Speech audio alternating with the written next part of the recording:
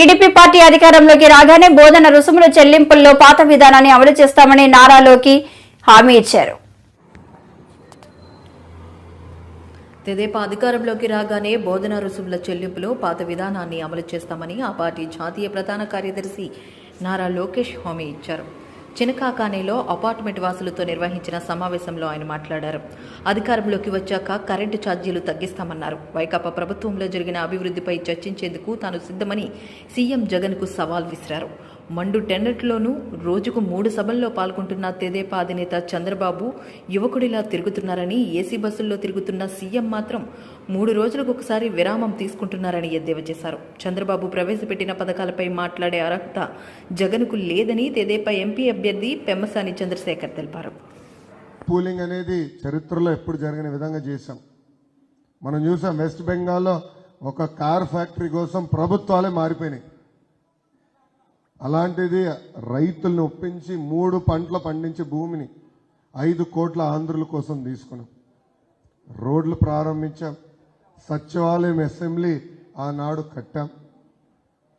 SRM, wait ఇట్లా అనేక యూనివర్సిటీలు కూడా అమరావతికి తీసుకొస్తాం జరిగింది. దాంట్లో పాటు అనంతపూర్కి కియా మోటార్స్ తీసుకెళ్ళాం. చిత్తూరుకి సెల్ ఫోన్ ఎలక్ట్రానిక్స్ తయారు చేసే పరిశ్రమలు తీసుకెళ్ళాం. ఉభయ గోదావరి జిల్లాలకి పెద్ద ఎత్తున డిఫెన్స్, ఫిషరీస్ ప్రోత్సహించాం. ఉత్తరాంధ్రకి ఏకంగా అనేక ఐటీ పరిశ్రమలు తీసుకెళ్ళాం. వాస్తవంగా ఎవరైనా కంప్లైంట్ చేయాలంటే అమరావతి రైతులు కంప్లైంట్ చేయాలి. ఇక్కడ ఒక్క పరిశ్రమ రాలేదు. కానీ లేదు, రాష్ట్రం మొత్తం అభివృద్ధి చెందాలి అని ఆనాడు కూడా మీరు ఎప్పుడు గొడవ చేయలేదు. అమరావతి ప్రజలు గొడవ చేయలేదు. ఇతర జిల్లాకి పరిశ్రమలు వెళ్తుంటే స్వాగతించాం. కానీ 2019 ఎన్నికల్లో ఒక్క అవకాశం మన మాయమాటలు పడి అందరూ మోసపోయారు. ఏ ముఖ్యమంత్రి అయినా ప్రమాణ స్వీకారం చేసిన తర్వాత అభివృద్ధి సంక్షేమ కార్యక్రమాలు చేస్తారు. కానీ జగన్మోహన్ రెడ్డి గారు తీసుకున్న మొదటి నిర్ణయం విధ్వంసం. అది ప్రజావేదిక కూల్చడం. మా ప్రజావేదిక అనేది మాడ్యులర్, వేరే దిక్కడికి అది తీసుకెళ్ళచ్చు. ఒక 50 లక్షలు అవుతుంది అంటే ఫౌండేషన్ అది, బట్ స్ట్రక్చర్ మొత్తం వేరే దగ్గర తీసుకెళ్ళచ్చు. కానీ కావాలని రాత్రి వచ్చి బుల్డోజర్లు, జేసీబీలు పెట్టి ధ్వంసం చేశారు. ఆ రోజే అర్థమైంది పోలవరం నాశనం అవుతుందని. ఆ రోజే నాకు అర్థమైంది అమరావతి కూడా నాశనం అవుతుందని. నేను బాబు గారికి చెప్పా, నువ్వు ఇట్లానంటావులే అన్నాడు. కరెక్ట్గా 3 నెలల తర్వాత 3 ముక్కలు ఆటలు ఆడతాం మొదలుపెట్టారు. అది 3వ రాజధాని. ఏమ్మా, ఎవరైనా ఆఫ్రికాను ఆదర్శంగా తీసుకుంటారా తల్లి? జగన్మోహన్ రెడ్డి గారు ఆఫ్రికాని ఆదర్శంగా తీసుకుని 3 రాజధానులు ప్రకటించారు. కర్నూలులో ఒక్క ఇటుకెళ్ళి ఎత్తలేదు, ఒక్క ఇటుకెల. కనీసం హైకోర్టు పెట్టేదానికి మన భూసేకరణ కూడా చేయాల. అమరావతి సర్వనాశనం చేశారు. విశాఖపట్నంలో ఒక వ్యక్తి ఉండేదానికి 500 కోట్ల రూపాయలతో ఖర్చు పెట్టి ప్యాలెస్ కట్టుకున్నాడు. ఇప్పుడు అది కేంద్ర ప్రభుత్వం మీరు ఎన్వైరన్మెంటల్ నిబంధనలు ఉల్లంఘించారని 3 ఆప్షన్లు ఇచ్చారు. ఒకటే, అదనంగా పన్ను స్పెషల్ ట్యాక్స్ 200 కోట్ల రూపాయలు ఆంధ్ర రాష్ట్ర ప్రభుత్వం, కేంద్ర ప్రభుత్వం కట్టాలంట. లేదంటే మొత్తం తొలగించాలంట. 3వ ఆప్షన్ సగం తీసేయాలంట. అంటే ఒక్క వ్యక్తి ఉండేదానికి 500 కోట్లు కట్టేదాన్ని ఖర్చు పెట్టారు, 200 కోట్లు పెనాల్టీలు, అంటే 700 కోట్ల రూపాయలు ఖర్చు పెట్టారు. విశాఖపట్నానికి ఒక్క కంపెనీ తీసుకురా. ఇట్లా అడుగడుగున ఆంధ్ర రాష్ట్రాన్ని సర్వనాశనం చేశారు. అభివృద్ధి. యంగ్ టాలెంటెడ్ హీరో నవదీప్ హీరోగా, పంకూరి గిద్వాని హీరోయిన్ గా, అవనింద్ర డైరెక్టర్ గా సిస్పేస్ నైరా క్రియేషన్స్, శ్రీకర స్టూడియోస్ సంయుక్తంగా నిర్మిస్తున్న లవ్ మౌలి చిత్ర ప్రమోషన్ లో భాగంగా మంగళవారం శరత్ థియేటర్ లో చిత్ర ట్రైలర్ లాంచ్ చేశారు. నాకు బ్రేక్ ఇచ్చే సినిమా లవ్ మౌలి ఏప్రిల్ 19న విడుదల. Hero Navdeep. Young talent hero Navdeep హీరోగా, పంకూరి గిద్వాని హీరోయిన్ గా, అవనింద్ర డైరెక్టర్ గా సిస్పేస్ నైరా క్రియేషన్స్, శ్రీకర స్టూడియోస్ సంయుక్తంగా నిర్మిస్తున్న లవ్ మౌలి చిత్ర ప్రమోషన్లో భాగంగా మంగళవారం ద్వారకా నగర్లో గల శరత్ థియేటర్లో చిత్ర ట్రైలర్ లాంచ్ చేశారు. అనంతరం మీడియా సమావేశంలో మాట్లాడారు. హీరో నవదీప్ మాట్లాడుతూ తాను విశాఖ రావడం ఆనందంగా ఉందని అన్నారు. ఇక్కడ ఎన్నో చిత్రాల్లో షూటింగ్ లో పాల్గొన్నానని గుర్తు చేసుకున్నారు. ఉగాది రోజున విశాఖ బీచ్ లో గడిపాను. ఇందులో నటించిన భావన విశాఖ అమ్మాయి అన్నారు. తాను ఎంతో ఇష్టంతో చేసిన సినిమా మేఘాలయలో 70 రోజుల పాటు కష్టపడి షూటింగ్ జరుపుకుంది అన్నారు. భావనకి తెలుగులో ఇదే తొలి సినిమా అని తెలిపారు. కళకళలాడుతుంది. బీచ్ రోడ్ దగ్గర ఉన్నాను. చాలా బ్యూటిఫుల్గా ఉంది. అయితే రావడానికి కారణం లవ్ మౌలి అనే ఒక ఫ్యాంటసీ లవ్ స్టోరీ చేసాం మేమందరం కలిసి, పంకురి అండ్ భావన కూడా కలిసి. భావన వచ్చి మీ వైజాగ్ అమ్మాయి. సో ఎప్పటి నుంచో వర్క్ చేస్తున్నాం సినిమా మీద. చాలా ప్రేమతో, చాలా కష్టపడి, అందరిలాగే చాలా కష్టపడి ప్రేమతో ఇష్టంతో చేసిన సినిమా. సో ఈరోజు పొద్దున హైదరాబాద్లో ట్రైలర్ రిలీజ్ చేసాం. రెస్పాన్స్ ట్రెమెండస్గా ఉంది. సరే, చాలా రోజుల తర్వాత సోలో హీరోగా ఒక మంచి ప్రేమ కథ పాయింట్తో ఒక బ్యూటిఫుల్ సినిమా తీసాం. ఎప్పుడు ఎవరు చేయనట్టుగా మేఘాలయలో ఒక 70 రోజులు షూటింగ్ చేసి చాలా కష్టమైన వాతావరణంలో చాలా ఇష్టపడి చేసిన సినిమా ఇది. సో దీని ట్రైలర్కే చాలా రెస్పాన్స్ వచ్చింది. చాలా లెందీ ట్రైలర్, అంటే సినిమా కథ మొత్తం చెప్పే ట్రైలర్ ఇది. సో పొద్దున హైదరాబాద్లో రిలీజ్ చేసి ఈరోజు సాయంత్రం వైజాగ్ వచ్చాను. సో ఇంకా దీని తర్వాత ఇంకో 2-3 ప్లేసులు కూడా వెళ్తున్నాం ఆంధ్రాలో. So we are all very excited. డెఫినెట్గా అండి, ఇప్పటివరకు నేను చేసిన సినిమాలు ఒక లెక్క అయితే ఈ ఒక సినిమా ఇంకొక లెక్క.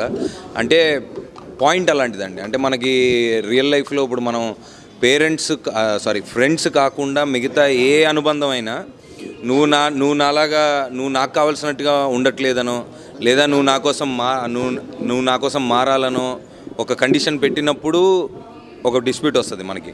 అంటే అక్క తమ్ముళ్ళు కానీ, పేరెంట్స్ కానీ, గర్ల్ ఫ్రెండ్, బాయ్ ఫ్రెండ్, మొగుడు పిల్లలు ఎవరైనా నాకు నచ్చినట్టుగా నువ్వు ఉండట్లేదు, నా గురించి నువ్వు మారాలి అంటే దేర్ ద డిస్ప్యూట్ స్టార్ట్స్.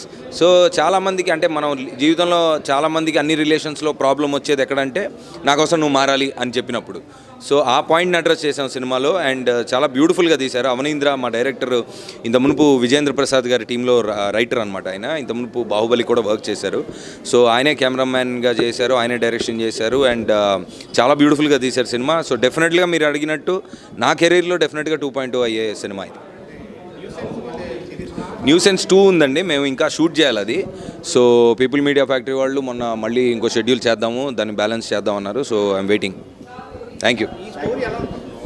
మొత్తం లవ్ స్టోరీ అండి. అంటే ప్రేమ గురించి కథ, ప్రేమ మీద కథ. చాలా కథలు చూసాం మనం, ప్రేమ కథలు. కొత్తగా మీరేంటి చెప్పేదని అడగచ్చు మీరు.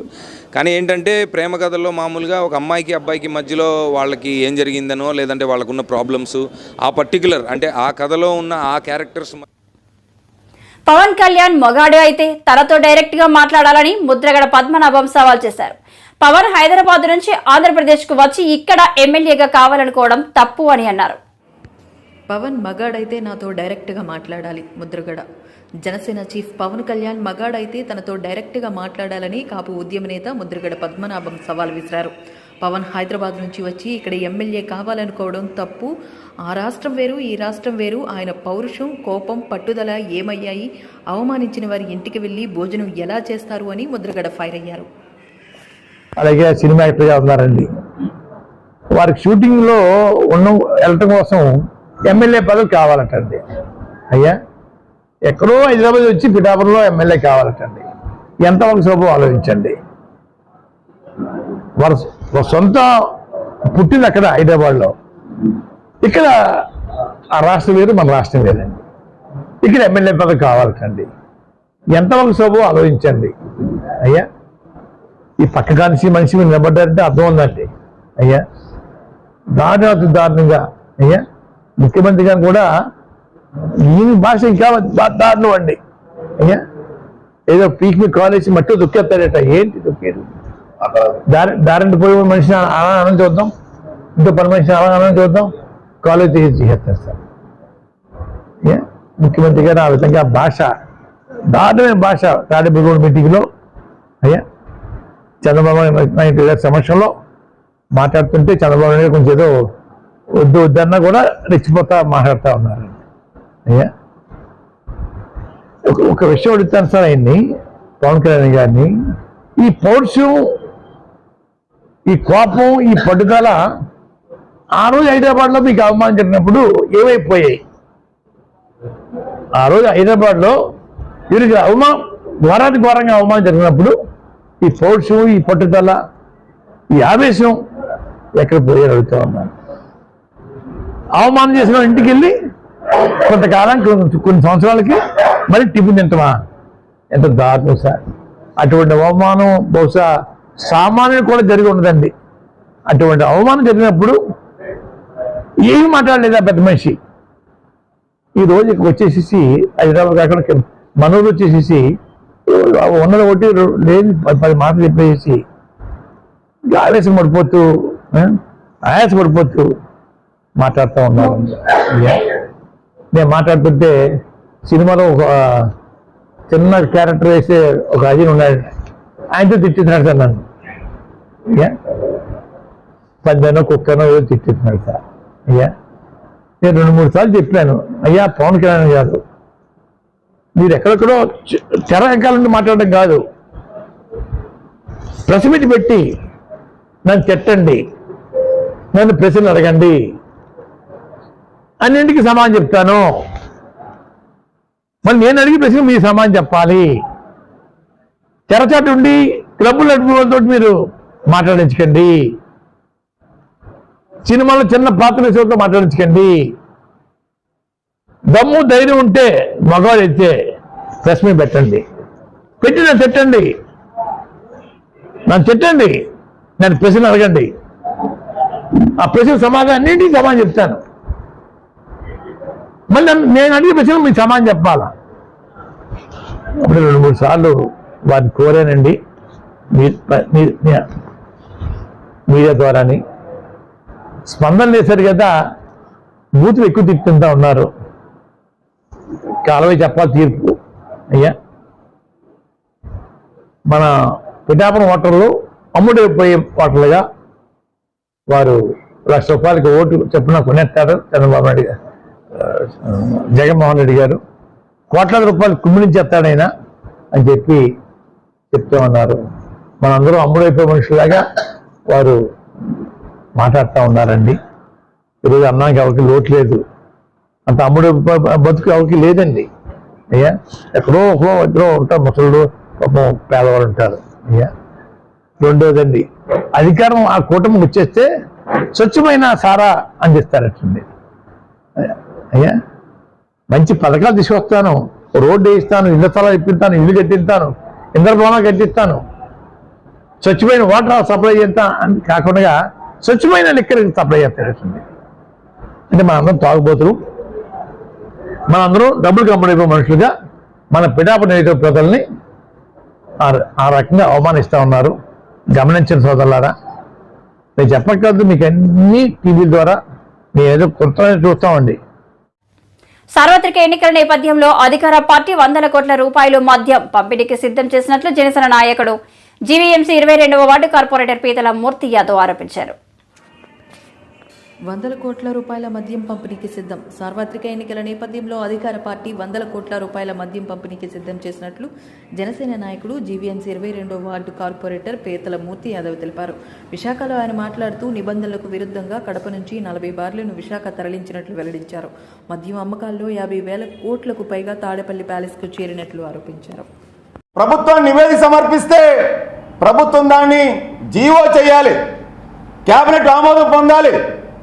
ఇవేవి జరగకుండా ఇబ్బడి ముబ్బడిగా రాయలసీమ చెందినటువంటి వాళ్ళు ఇక్కడ బార్లు పెట్టి విశాఖలో విష సంస్కృతిని తీసుకొచ్చారు. ఇవన్నీ ఒక ఎత్తు అయితే, ఎక్కడ పెడితే అక్కడ ప్రభుత్వ దుకాణాలు, మద్యం దుకాణాలు ఏవైతే పెట్టారో ఆ ప్రభుత్వ మద్యం దుకాణాల కోసం అద్దెకి తీసుకున్నటువంటి ఆ భవనాల్లో ₹1,00,000 అద్దె అయితే 2 లక్షల రూపాయలు దాన్ని అద్దెగా చూపించి నెలకి ₹1,00,000 అద్దె ఇవాళ డైరెక్ట్గా ఏపీ బెవరేజెస్ కార్పొరేషన్ చైర్మన్ అయినటువంటి వాసుదేవరెడ్డి ఇవాళ నగదు రూపంలో ప్రతి నెల తీసుకుంటా ఉన్నాడు.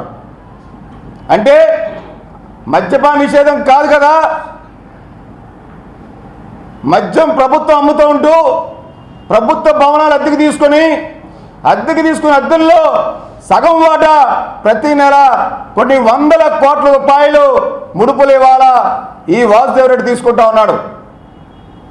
ఈ Vasudev Reddy AP beverages corporation MD కానీ, ఎక్సైజ్ కమిషనర్ వివేక్ యాదవ్ కానీ ఈ జగన్మోహన్ ప్రభుత్వం వచ్చిన దగ్గర నుంచి కూడా ఈ 5 ఏళ్ళు వీళ్ళు అదే స్థానంలో ఉండడం అంటే దీన్ని బట్టి అర్థమవుతోంది భారతమ్మ నేతృత్వంలో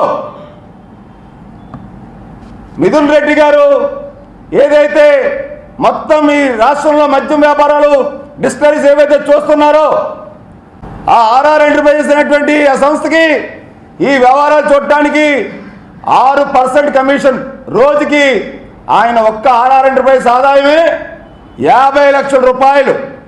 ఒక పెట్టికి 475 రూపాయలు తాడేపల్లి ప్యాలెస్కి ఏ రోజుకి ఆ రోజు ముడుపులు ఇవ్వాలి.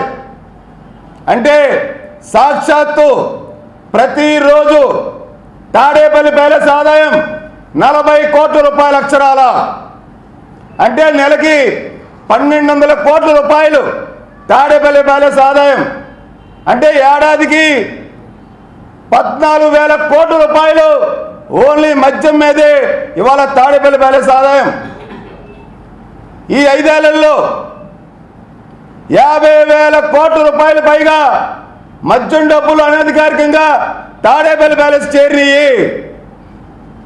దీనికి కీలక సూత్రధారులు ఇవాళ excise commissioner Vivek Yadav, AP beverages corporation MD Vasudev Reddy, ఈ ఆర్ఆర్ ఎంటర్ప్రైజెస్ పులివెందల రెడ్డి, ఈ మిథున్ రెడ్డి నేతృత్వంలోనే పూర్తిగా తాడేపల్లి ప్యాలెస్ యొక్క ముడుపులు ముడుతున్నాయి. 2019 ఎలక్షన్స్లో మీరు ప్రజలకు ఇచ్చినటువంటి వాగ్దానం ఏమైతే ఉందో మీరేం చెప్పారు? దశల వారీగా మద్యాన్ని నిషేధిస్తానని చెప్పి ఈరోజు ఈ రాష్ట్రంలో ఏర్లే పారుతున్నటువంటి మద్యం విషయం ప్రజలందరూ కూడా చూస్తూ ఉన్నారు. ఆ రోజు మరలా మీరు చెప్పినటువంటి వాగ్దానం, ఏ ఊర్లో అయితే బెల్ట్ షాపులు ఉన్నాయో ఆ ఊర్లో బెల్ట్ షాపులు పూర్తిగా మాఫీ చేస్తానని చెప్పినటువంటి మీరు ఈరోజు విశాఖపట్నంలో పలు గ్రామాలలో, ఎందుకంటే పెద్దజాలారపేట కానీ, పెదవాల్తెర కానీ, రాసవానిపాలెం కానీ, నక్కవానిపాలెం కానీ, సీతంపేట కానీ, చిన్నవాల్తెర కానీ అనేకమైనటువంటి ప్రాంతాల్లో బెల్ట్ షాపులు ఏర్లే పారుతూ ఉన్నాయి. ఒక్కొక్క ఊర్లో 50 నుంచి 60 బెల్ట్ షాపులు ఉన్న విషయం మీకు తెలియదా అని నేను అడుగుతా ఉన్నాను. ఈరోజు బెల్ట్ షాపుల ద్వారా మరి మద్యాన్ని అమ్ముతూ పేద బడుగు బలహీన వర్గాల ప్రజలని ఈరోజు మీరు వంచిస్తూ ఉన్నారు. ఇప్పుడు రానున్నటువంటి రోజుల్లోనే అధికార పార్టీకి సంబంధించినటువంటి జనసేన కానీ, బీజేపీ కానీ, టీడీపీ కానీ ఎటువంటి అన్యాయాలు అక్రమాలు జరిగినా సరే చూస్తూ ఊరుకోదని మీ ద్వారా నేను అసమర్థత పాలనతో ఆరోగ్య రంగాన్ని భ్రష్టు పట్టించిన వ్యక్తి జగన్ రెడ్డి అని టీడీపీ రాష్ట్ర ఉపాధ్యక్షులు వేమూరి ఆనంద్ సూర్య అన్నారు. జగన్మోహన్ రెడ్డి సీఎం అయిన తర్వాత రాష్ట్రాన్ని అన్ని విధాలుగా నాశనం చేశాడని పేర్కొన్నారు. ఇబ్బంది పెడుతూ జే ట్యాక్సులతోటి జేబులు నింపుకుంటున్నారు ఈ వైఎస్ఆర్సీపీ ప్రభుత్వం. దాదాపుగా ఒక నెల రోజుల నుండి ప్రతిరోజు కూడా 7 గంటల నుండి 8 గంటలు అప్రకటిత విద్యుత్ కోతలు ఆంధ్రప్రదేశ్ రాష్ట్రంలో నడుస్తూ ఉన్నాయి. సామాన్య ప్రజలందరూ కూడా అప్రకటిత విద్యుత్ కోతలతోటి కంటి మీద కొనుక్కు లేకుండా ఇబ్బంది పడతా ఉన్నారు. వాటి గురించి ఏ రోజు కూడా ఈ రాష్ట్ర ప్రభుత్వం పట్టించుకున్నటువంటి పాపాన పోలేదు. కరెంటు సామర్థ్యాన్ని పెంచుకోలేదు, విద్యుత్ ప్రొడక్షన్ సామర్థ్యాన్ని పెంచుకోకపోగా పక్క రాష్ట్రాల కంటే ఎక్కువ రేట్లు పెట్టి కొనుక్కొని కమిషన్లు దండుకోవటంలో ముందు ఉన్నది ఈ ప్రభుత్వం. ఒక పక్కన అసలు విద్యుత్ వ్యవస్థని గాడిలో పెట్టినటువంటి ప్రభుత్వం తెలుగుదేశం ప్రభుత్వం, చంద్రబాబు నాయుడు గారు. 2014 చంద్రబాబు నాయుడు గారు ముఖ్యమంత్రి అయ్యే రోజుకి 22.5 మిలియన్ యూనిట్ల లోటుతోటి ఆ రోజు నవ్యాంధ్రప్రదేశ్లో ఆంధ్రప్రదేశ్ ఆనాటి ముఖ్యమంత్రి చంద్రబాబు నాయుడు గారు పాలన మొదలుపెట్టారు. 2014లో 22.5 మిలియన్ యూనిట్లతోటి లోటుతోటి చంద్రబాబు నాయుడు గారి పరిపాలన మొదలు పెడితే 2014లో 9,529 మెగా యూనిట్ల సామర్థ్యం మాత్రమే ఉంది విద్యుత్ ఉత్పత్తికి. దాన్ని చంద్రబాబు నాయుడు గారు 2018 నాటికి దాదాపుగా 19,080 మెగావాట్లకు పెంచి 2019లో జగన్మోహన్ రెడ్డికి అప్పచెప్తే, జగన్మోహన్ రెడ్డి వచ్చిన తర్వాత కమిషన్ల కోసం విద్యుత్ ఉత్పత్తిని నాశనం చేసి దాదాపుగా అధిక ధరల వల్ల 20,000 కోట్ల విద్యుత్ కొనుగోలు కోసం డబ్బుల్ని వృధా చేయటం జరిగింది. అంతేకాకుండా పవర్ కార్పొరేషన్ ద్వారా 30,000 కోట్ల రూపాయలు అప్పులు తీసుకొచ్చినటువంటి ప్రభుత్వం జగన్మోహన్ రెడ్డి ప్రభుత్వం. నేడు ప్రజలకి కరెంటు కోతలు, పరిశ్రమలకు కూడా పవర్ హాలిడే ప్రకటించడం జరిగింది. ఈ 70 సంవత్సరాల సమయంలో ఇప్పటి వరకు ఎవరు కూడా పరిశ్రమలకి పవర్ హాలిడేని ప్రకటించాల.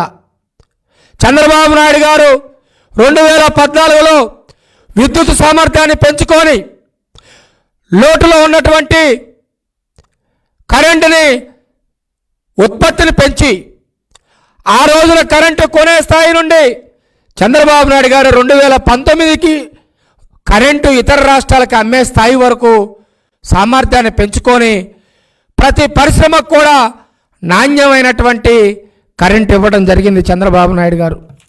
కానీ ఈరోజు జగన్మోహన్ రెడ్డి వచ్చిన తర్వాత 30,000 కోట్ల రూపాయల పవర్ కార్పొరేషన్ ద్వారా అప్పులు చేయడమే కాకుండా 20,000 కోట్ల రూపాయల అధిక ధరలతోటి పక్క రాష్ట్రాల నుండి విద్యుత్తును కొనుగోలు చేయడం జరిగింది. పవర్ కార్పొరేషన్ చూస్తున్నటువంటి ఎనర్జీకి సంబంధించినటువంటి అధికారి విజయానందరెడ్డి కూడా మహారాష్ట్ర కంటే, కర్ణాటక కంటే, తమిళనాడు కంటే 2-3 రెట్లు అధిక ధరలతోటి ఈ ప్రభుత్వం కరెంటును కొంటుందని చెప్పేసి అనేక సార్లు చెప్పడం జరిగింది. ఈ రోజున పరిశ్రమలకు పవర్ హాలిడే ప్రకటించడం వల్ల పరిశ్రమలు కూడా అన్ని వినియోగదారులకు సంబంధించినటువంటి వస్తువుల ఉత్పత్తిని ఆపేయటం వల్ల ఒక పక్కన వాటి రేట్లు పెరగటం, పరిశ్రమల మూతలు పట్టడం వల్ల ఉద్యోగాలు పోవటం, ఉపాధి కోల్పోవటం ఇవన్నీ జరుగుతూ ఉన్నాయి. ఆనాడు చంద్రబాబు నాయుడు గారు 2014 నుండి 2018 వరకు చంద్రబాబు నాయుడు గారు తీసుకొచ్చినటువంటి విద్యుత్ రంగ సంస్కరణలో భాగంగా మిగులు విద్యుత్తుని ఉత్పత్తి చేసి పక్క రాష్ట్రాలకి అమ్మడం, మన రాష్ట్రంలో కూడా అన్ని